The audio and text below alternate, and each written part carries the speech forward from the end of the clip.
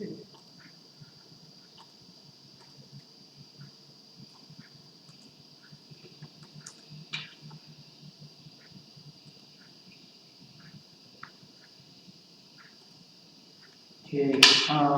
we're gonna continue with 12.1. I think it's worth doing some of these in two parts, some of these lessons, but I think this one was definitely important. So I'm gonna just continue with 12.1 part 2, which starts on page 853. So there's 3 types of limits that fail to exist, and it's based on our definition earlier. Our definition earlier, which was in the last lecture, is that as a function becomes arbitrarily close to a unique number L, as x approaches c from either side, the limit of f of x approaches c is L. But if there is no unique number that it approaches, then it will fail to exist. What's that mean? Well, there are 3 cases. 1, if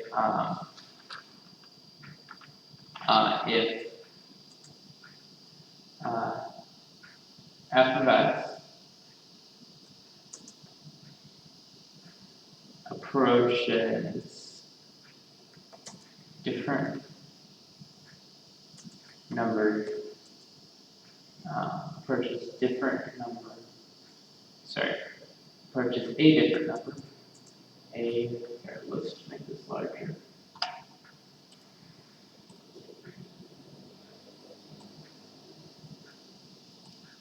Okay, if f of x approaches a different number from the right side of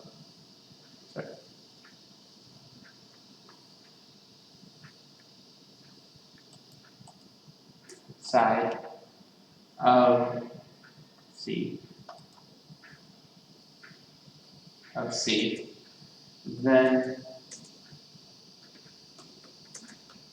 from.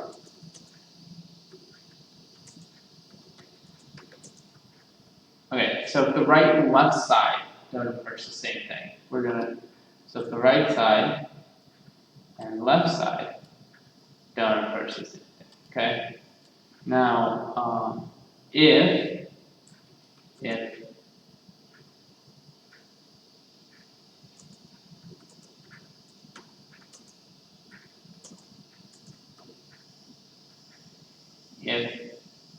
f of x increases or decreases,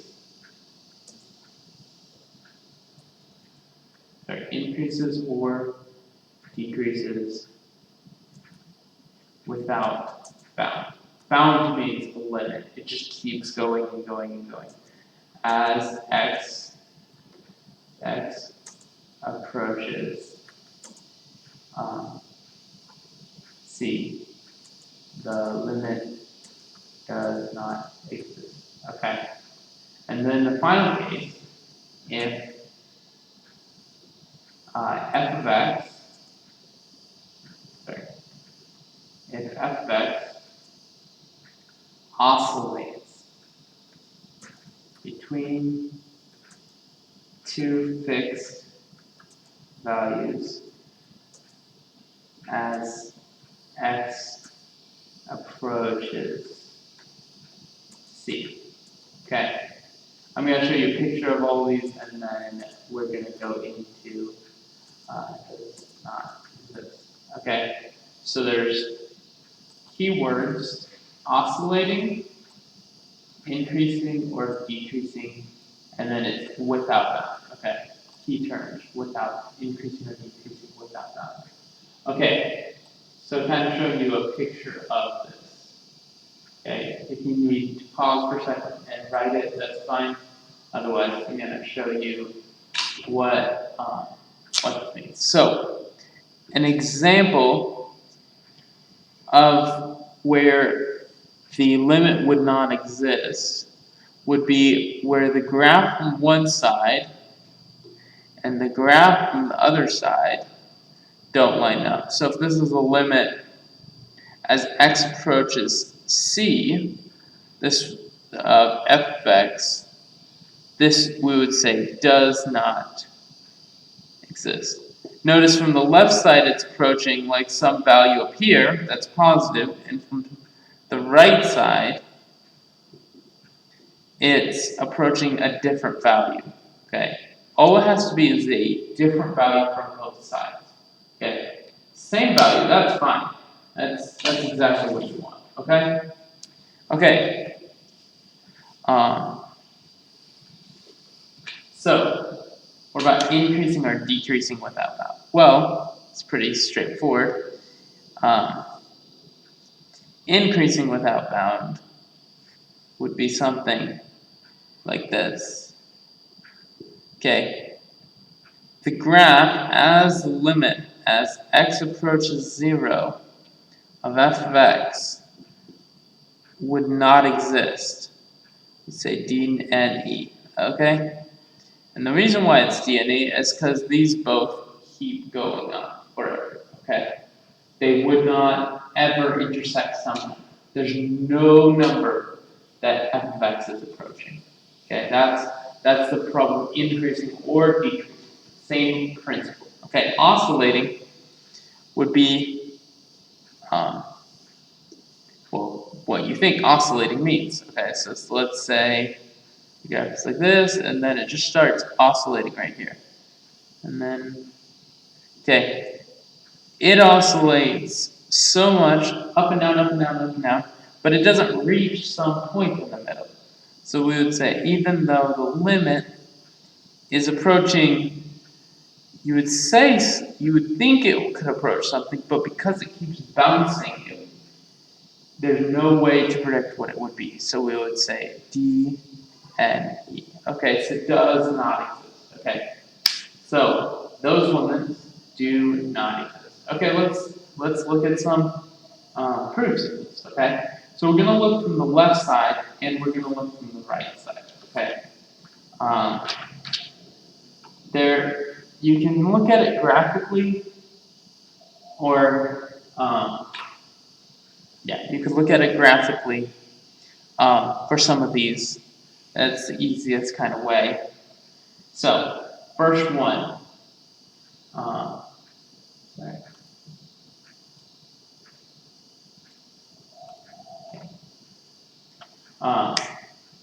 So we're going to have the limit as x approaches 0 of the absolute value of x over x. Okay.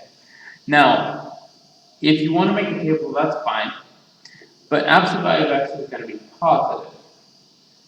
Bottom is going to be negative if we're on the left side. So if we're on the left side, they're going to have the same distance from 0, but the top is going to be positive and the bottom is going to be negative. So this is actually going to become approaching -1.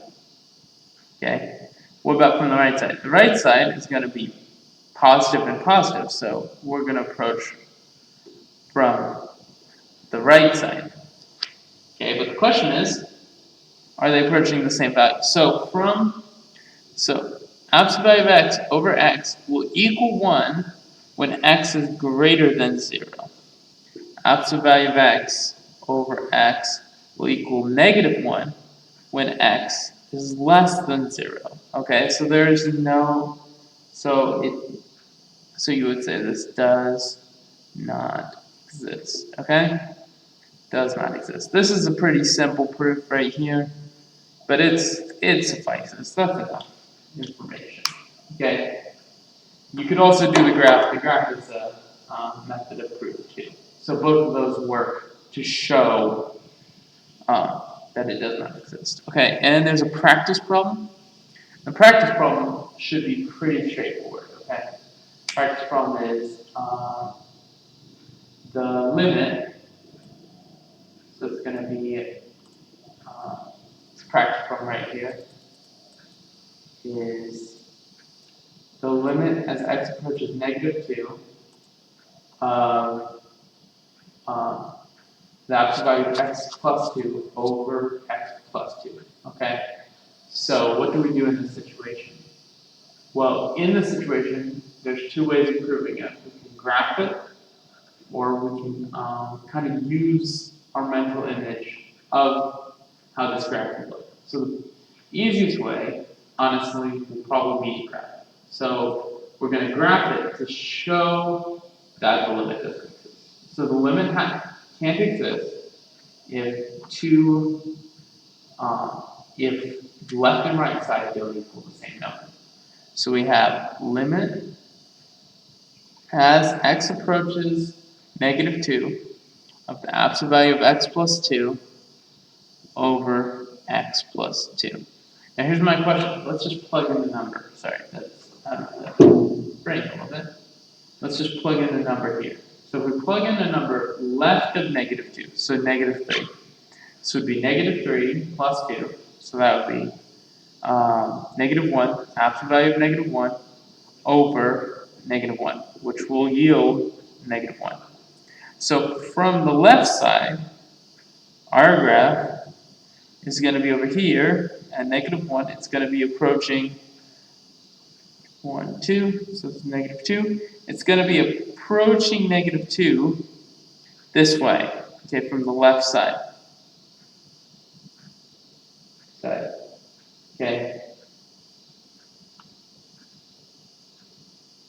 Okay, it's going to approach -2 from the left side. But from the right side, if we just plug in, let's plug in -1, -1 plus 2, absolute value over -1 plus 2. So this would be 1, absolute value of 1 over absolute value of 1. Just 1. So this would equal 1. So from the right side, we're approaching it at this number. Are these two the same number? At this limit, at this point, these two are not the same number at this point. So you would say this does not exist. Okay, and there you can use a graph. You use graph, or there's another way of proving this. The other way of proving this is saying, okay, if absolute value of x plus 2 over x plus 2 is going to equal -1 when x is less than -2. And absolute value of x plus 2 over x plus 2 is going to equal 1 when x is greater than -2. Okay, so those are going to be this is going to be one of our ways of proving it, okay? Basically just stating what's going to happen, okay? So that's left and right side don't match, okay? Now, the next question, example 7, we're going to look over whether, how does it look in a graph when it's unbounded, or rather that it's increasing infinitely or decreasing infinitely, okay? So, I'm going to show you number 7, then I'm just going to kind of let you decide whether you want to do more practice or not on it. I really don't think this is necessary to do more practice, but you know, it's helpful sometimes to visualize. Okay, so the limit as x approaches 0 of 1 over x squared. Okay, and what's going to happen? Well, as we get closer to 0, this is going to be smaller and smaller. If you divide by a smaller number, it's going to increase. For example, what's 1 over 1/4? Well, 1 over 1/4 is just 4. What about 1 over 1/16? 1 over 1/16 is 16. Notice, as we get the smaller number, our output is larger. So as we put in this x value that's smaller, our output's going to be bigger. Okay? So what's this graph look like? Well, the graph, you could use Desmos for this. That's not a problem. Visualizing it, it's just it would take some extra time to do all the steps in terms of like make a table and all that stuff. So for these questions, it's just better if you kind of can show it by map. But anyway, so what's going to happen is we're going to approach the 0 infinitely greatly, okay? It's going to just shoot up like this. Yeah, that's not the best graph, but the point is going to be evident, okay? And what's that mean? Well, this means that this does not exist. Does not exist. But that's not sufficient for a proof. So what you can say is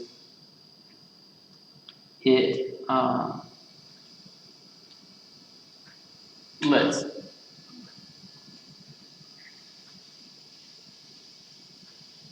if you plugged in from 0 to absolute value of x, just for the sake of from left and right side, 1 over 10, then f of x is going to be greater than 100. Which is crazy. Okay. Well, what about from if we take even smaller? So what if we take a smaller portion, right? This is even smaller of a range than this is. Well, f of x is going to even be greater than that. It's going to be 1 million. Okay? The 0, let's continue on the page. I'm sorry, that's kind of part of it. Okay, 1 million. Well, this is a smaller portion than this, and if we keep getting smaller, it's going to keep getting bigger. Okay? Okay, well, what's that tell us? That tells us that we're not approaching something. So you would say, unbounded. Okay? It's just an easier way of doing it. You could just say it's unbounded. You could show the graph. I would say that's sufficient. Okay? Same, it's basically, do we have a vertical asymptote? And if we have a vertical asymptote, we're not going to have a limit. Okay? That's just a key point. Okay. Apologies. Okay. Example 8. Now this one I actually am going to open up a graph for so that we can see. Let's get our desmos.com and let's move over here. Sorry, it's going to slowly take up the screen. Okay, so we're looking at sine of 1 over x. Okay, so let's say f of x equals sine of 1 divided by x. Okay, and you're gonna see something. Notice something weird about this graph? Okay, as we approach this, you're gonna notice it keeps getting, there's more and more. It doesn't end. Okay? I'm zooming in. Here, what's that? I'm zooming in and look at that. Just there's more and more. It's kind of that infinite split. Look how I'm going super tiny, and there's just more and more. It's not getting less thick. Thickness is not changing. Right? Some of this is because it's bugging out.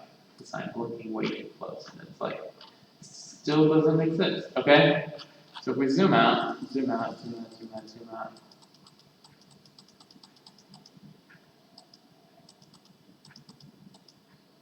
Okay.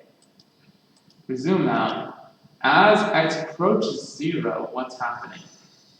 As x approaches 0, what's our y doing? Our y is bouncing up and down, up and down, up and down. So, what's the problem with that? Well, there's no way we can solve it. So what we can conclude that if we had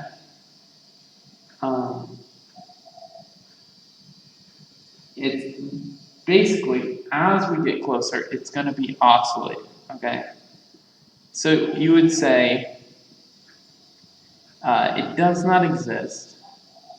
Show the graph.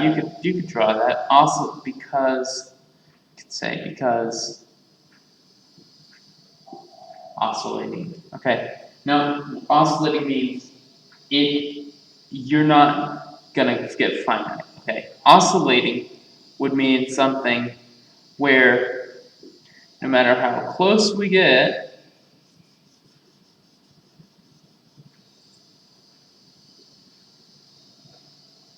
okay, we can't see this right here. Okay, it's just all is what is that? Well, it's a terrible graph. But besides being a terrible graph, it is oscillating. Okay, there's no fixed number. Okay, again, key definition of our limit is that f of x is going to approach a unique number. Oscillating is not a unique number.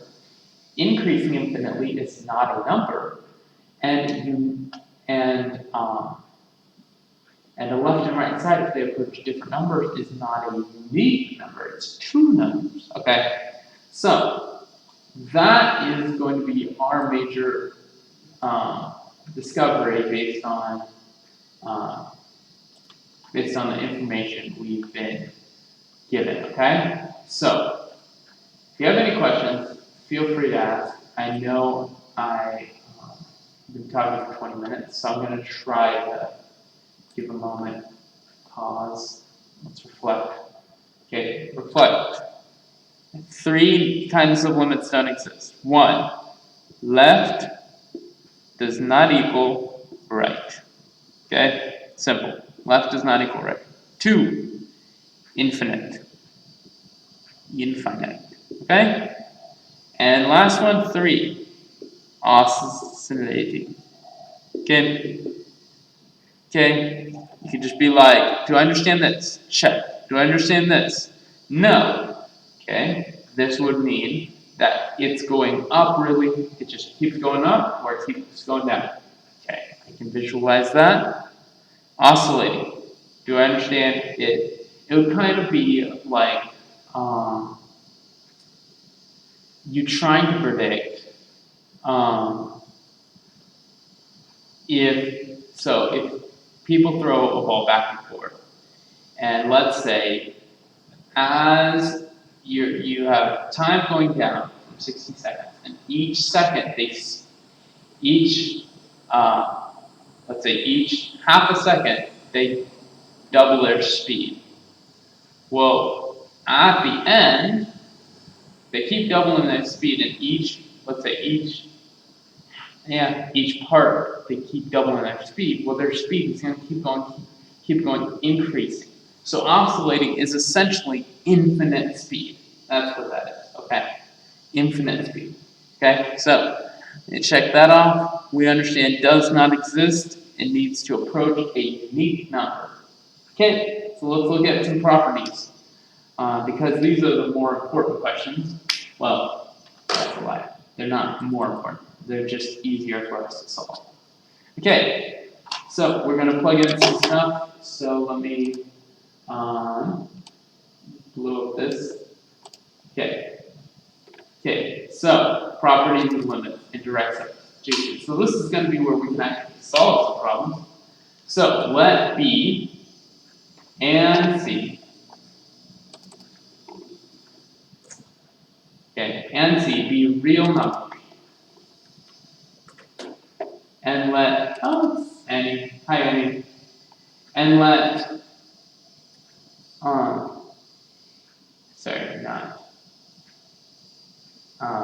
and let N, obviously it's going to be N, be a positive integer. Positive integer. Hey, sorry, I'm already 25 minutes in the lecture, so if you join late, it's going to be a little bit confusing.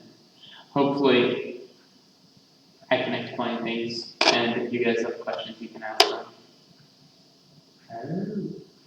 Okay, properties of a limit. Not the usual, like, if we have a limit, I'm just going to keep using the same equation. So if we have a limit, as x approaches some number,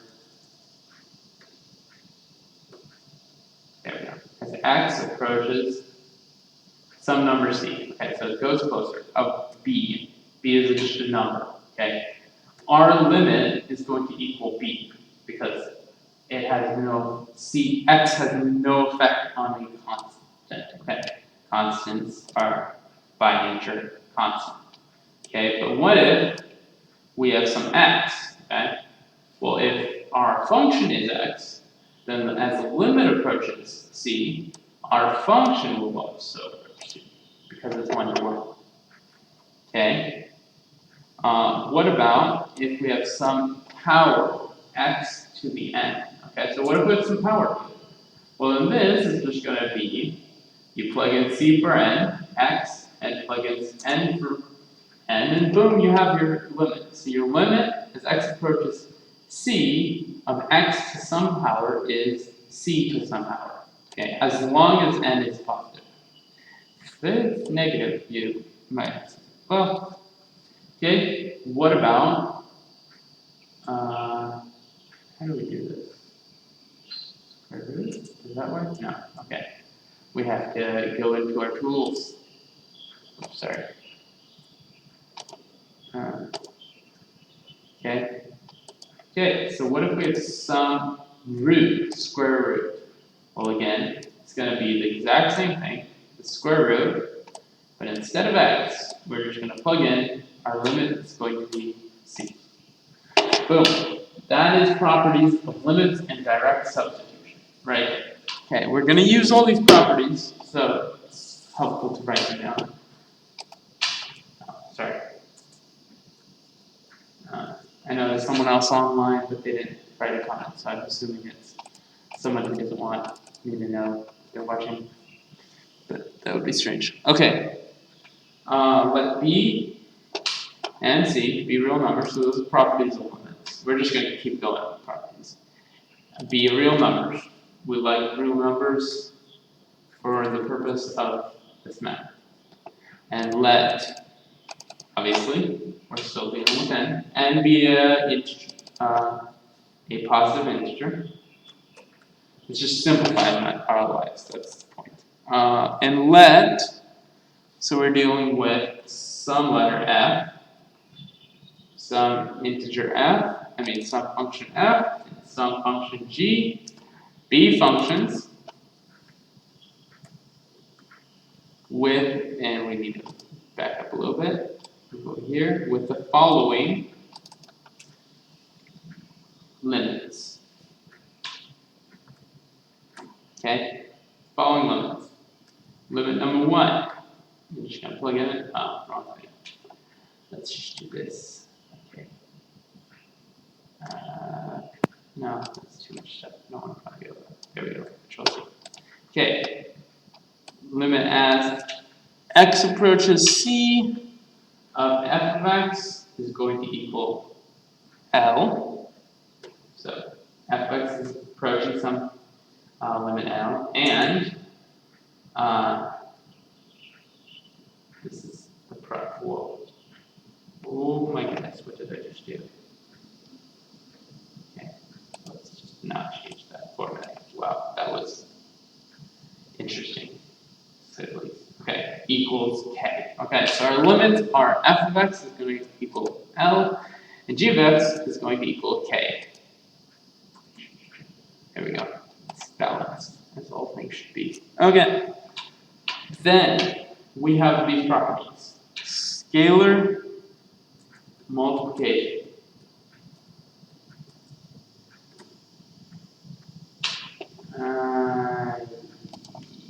Yes, I can. Also, part 1 is going to be, I'm going to label the homework multiple. Okay. obviously. So we have, so limit as x approaches c of b times f of x. Okay, so we b times f of x. I don't know why they did it this way, but they did. Okay, sorry.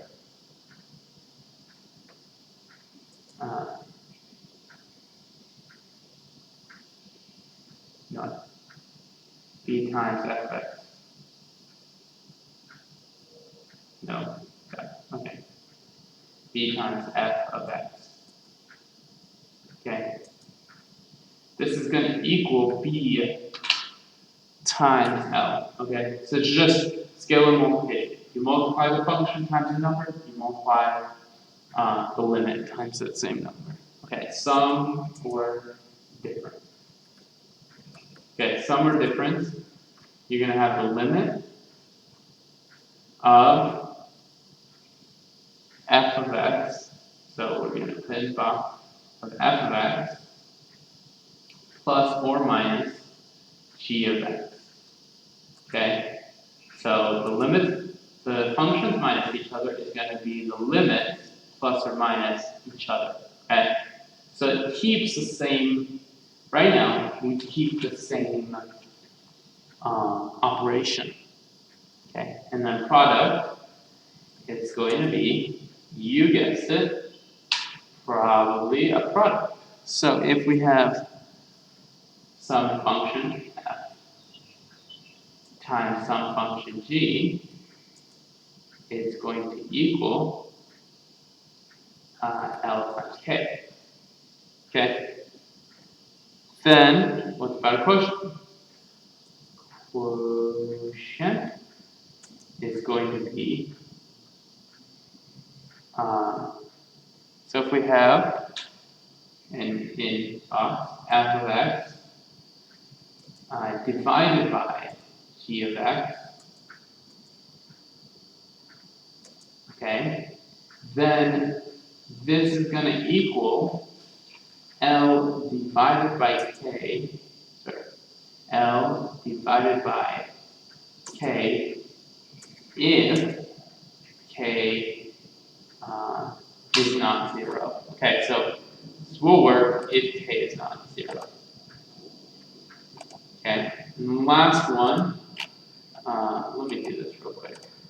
So reviewing real quick, scalar multiple multiplies the constant times the function. Sum or difference keeps the same operation. That you add or subtract is going to stay the same. Quotient is going to be division. So product is going to still be multiplication. Quotient is going to be quotient, division. And so then the final one is power. And the power is going to keep the same process.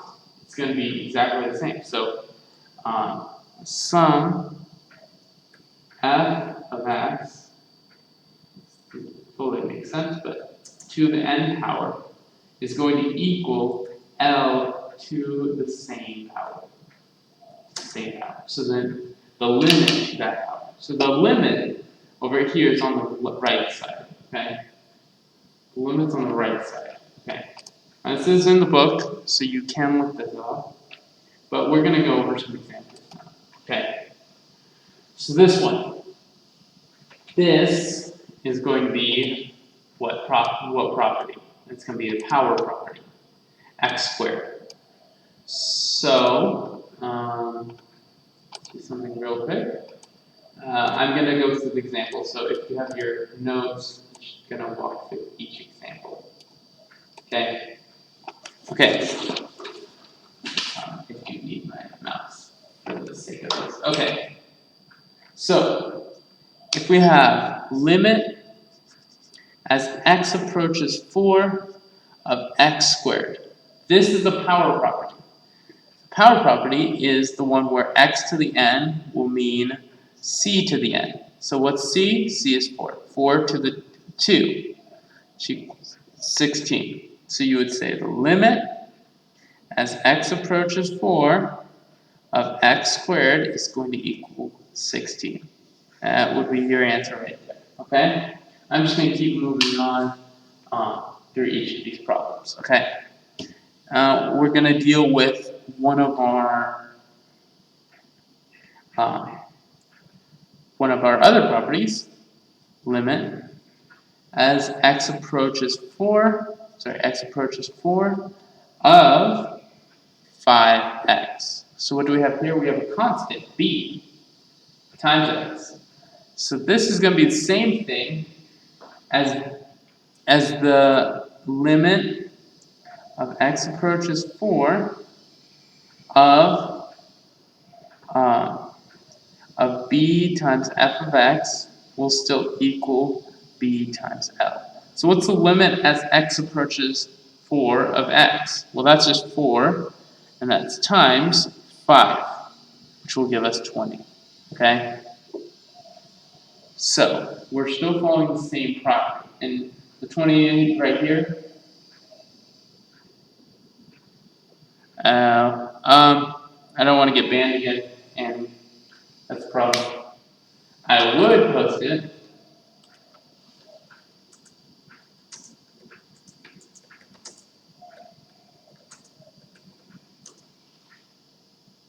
I mean, I will try again, okay? I'm going to try this time, and if it doesn't work out, then all the links will be, well, I'll try it again for you guys' sake, but, yeah. Okay, the limit as x approaches pi of tangent x over x. So tangent, so you can just plug this into tangent. So what's the limit as x? So what happens is we're going to plug in tangent of pi over pi. What's tangent of pi? Tangent of pi is 0. So we get the limit as x approaches pi of tan x over x is going to equal 0. Okay? Just plug it in for x because x is right there. Okay? Now, this is not exactly what you're used to, but it's following the similar property. Okay? Limit as x approaches 9 of the square root of x.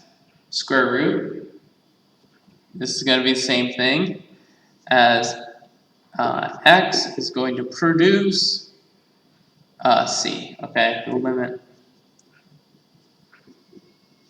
Okay, so this is just going to produce square root of 9, which is 3. Okay, so if you write it, limit as x approaches 9, square root of x equals 3. Now, this is the way I generally look at it, because this is too many things going on. So it's just easier to box it when you're finished with the limit. Does that make sense? Once you get to that point. Okay?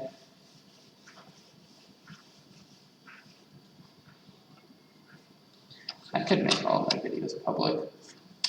I'll consider it. Okay. Next one is, should have, okay, E.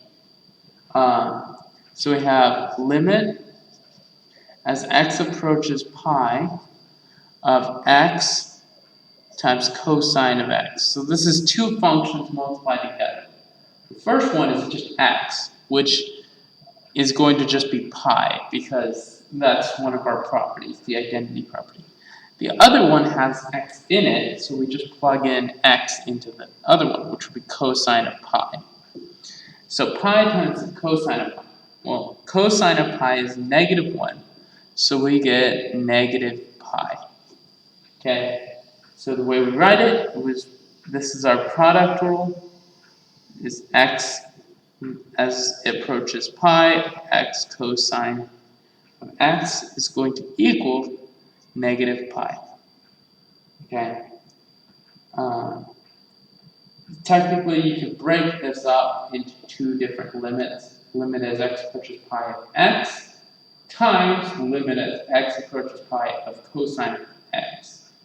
It still works, it just feels like extra work.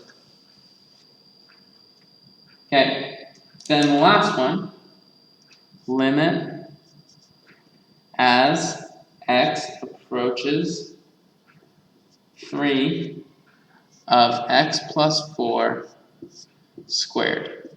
Okay, now we get two functions added together and then that squared. So this is just combining all our work together. So we're going to get the idea of limit as x approaches 3 of x plus limit as x approaches 3 of 4, and then that whole thing is going to be squared. So what's the limit as x approaches 3 of x? Well, that's just going to be 3. And this one is just going to be 4, so we're going to get 3 plus 4 to the 2, which will give us 49. There's our answer right there, 49. Okay? 3 plus 4 is 7. So, okay, let's look at some practice problems where we will be doing this very idea of just putting functions together and seeing how they work. Now, thankfully, A and B set us up so that C and D, we just plug in numbers. We don't have to solve them out. Okay? So don't solve them out, break them apart. That's the easiest way of doing it.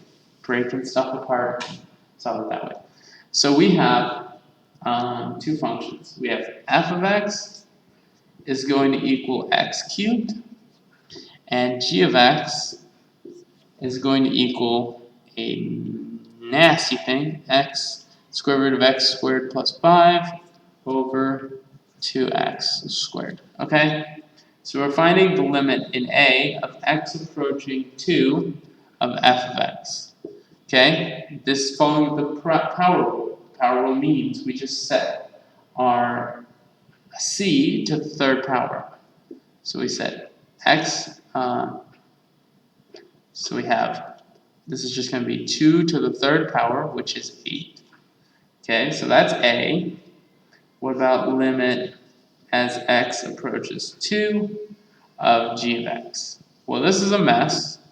Secret is we just can plug in that, well, technically you do have a quotient rule. So let's break it down. Okay, I have a quotient rule. So what you can do is this would be okay. Honestly, for this one, really, it's easier to substitute in the x. Okay. There is a way to break it apart and solve it through steps, but it's just not. It's not necessarily going to provide you with the easier answer. So the easier answer is plugging in this 2 for x. So we will get square root of 2 squared plus 5 over 2 to the 2 squared. Okay, this is just going to be 4 plus 5, the square root of 4 plus 5 over 2 squared is 4, so 8.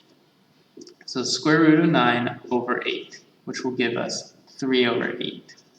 Okay, that is our limit. So we have a limit of 8, and we have a limit of 3, 3 over 8. Okay? So, let's test it out. Okay, so that's B. Okay, now C is asking us limit as x approaches 2 of f of x times g of x. Okay, and f of x is 8, so we do 8 times 3 over 8, which gives us 3. So our limit is 3. Okay, C is 3. What about D? D is subtraction. It's okay to get a negative limit. That's not a problem. That's equally common as positive if math we're honest. But usually teachers like positive limits. It depends on the teacher, obviously. But, okay. So g of x is going to give us 3 over 8. And f of x is going to give us 8. So what's 3 over 8 minus 8? Well, that's going to be negative 7 and 5/8. Negative 7 and 5/8. You could do a improper fraction. That would be okay. Okay? Last step. Okay, promise last step. It is literally the last part. Okay? So, polynomials, which is sort of what you're doing right there, but I had to go through it that way. Okay? So we're going to transition. Okay, if P, why P? Because P in polynomial is a polynomial function. And C is a real number. We want a real number as a limit. It just makes life easier. Real number. Then the limit as x approaches C of P of x is going to equal P of C. So you're just plugging in, again, what I just said in the last problem, you're plugging it in, okay? So you just plug in C for x in polynomials, okay, in polynomials. In other stuff, it depends. Okay, rational, if R is a rational function given by, we're going to just do R of x is going to equal P of x divided by Q of x. And Q of x and P of x are going to be polynomials. And C is a real number such that we can't have Q of C. I wonder if this works. No. Is it? Okay, it doesn't do it. I always forget. What's that? Oh, not equal. That's super easy. Can't equal 0. Then our function r of x is going to equal r of c, because the bottom is not 0, such that it's basically p of c divided by q of c. Okay, so that is going to be 0. Let's shrink this a little bit so that we actually can see this function. There we go. Okay, so we have polynomial, and that leads us to the rational function. Okay, examples, polynomial right here. So what do we do with polynomials? We just plug in RC. Oh, I love that when it's just simple like that, just plug in the number. But sometimes math is not. Okay, so polynomial. We have limit as x approaches -1 of x squared plus x minus 6. What do we do here? Well, we're going to plug in -1 for x. So our answer is going to be -1 squared plus 1 minus 6. Our answer is 1 plus 1, 2 minus 6, -4. So our answer is -4. What about B? B is a rational one. Is the denominator going to give us some value? Yeah, it's not going to be 0. So as long as the denominator is not 0, we're okay. Okay, well this combines our first one. So our first one, we got the answer, -4. So we already know the top, we don't need to redo that. And then plug in -1 to the bottom, we get -1 plus 3, which is 2. So -4 divided by 2 is -2. There you go, that is your answer. Okay, and finally, so this is A, this is B, and what about C? Okay, well C is the limit as x approaches -3 of 2x squared plus 4x plus 1. So you plug in -3. So you get 2, -3 squared times -3 squared, 4 times -3 plus 1. Solving this out, we get 2 times 9 is 18. 18 minus 12 plus 1. 18 minus 12 is 6. 6 plus 1 is 7. So answer 7. Okay, and that is how we do this.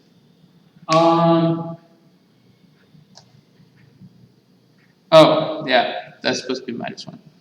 That makes so much more sense. So this is -5. And that's so sad. -5/2, which gives us -5/2. And we're done. That's sad. Sad day. Yeah, I know. Depressing. Oh, you know, sometimes my brain doesn't work. Don't worry, Annie. You catching it tells me that someone has to be paying attention. So it's -3. Thank goodness. I didn't want a fraction. That was my only thing. I just didn't want a fraction in this nastiness. Okay. You know, it's easy that I make a mistake, but key is doing the process right. Do the process right, I will give you your points. Well, more points. It's like 3 out of 4 versus 4. Am I okay? Yes. Am I tired? Yes. Have I been talking to myself for 50 minutes? Yes. But you've been listening, so I guess it's okay. Okay. That's actually it for this section. So, I don't know why this should have worked twice. How many more lessons? Great questions.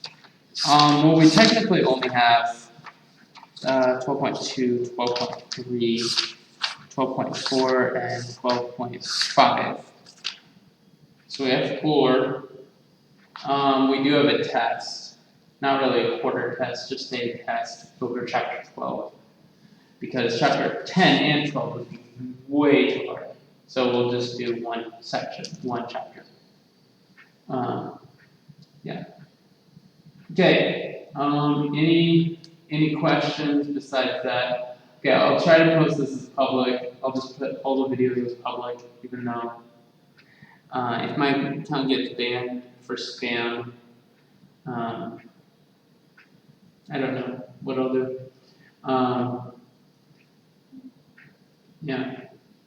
Don't risk it. Well, it's most likely that the person who flagged the last one for spam won't flag this one for spam. So, most likely.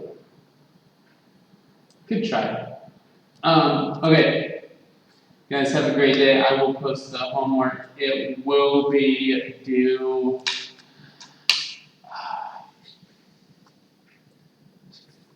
Friday at 3 p.m. I think that's possible. I could say Monday morning, but Monday at 9 or Monday at 1 p.m. But then people are just going to procrastinate and it's going to cause other issues. So let's just say 3 p.m. on Friday. Okay, 3 p.m. on Friday. I'll make sure it's doable, so it's not too much homework. Especially don't want too much graphing. Okay. Have a great day, guys. I have another call I have to attend. So I will have a lecture next on Friday. We'll have a lecture. Okay, bye guys.